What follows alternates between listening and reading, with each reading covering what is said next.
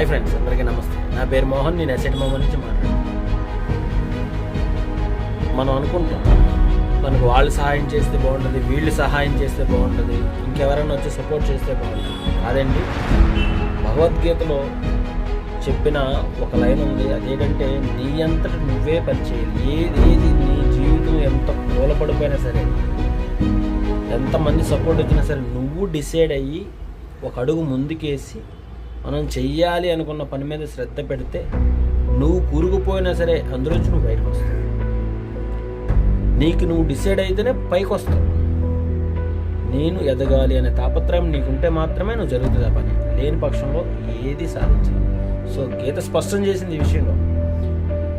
నీకు నువ్వే బయటికి రావాలి, నీకు నువ్వే ఈదాలి. సముద్రంలో పడిపోయినా సరే నీకు నువ్వే ఈదగలగాలి. ఇది ఒడ్డుకి వెళ్తేనే నువ్వు సక్సెస్ అయినట్టు.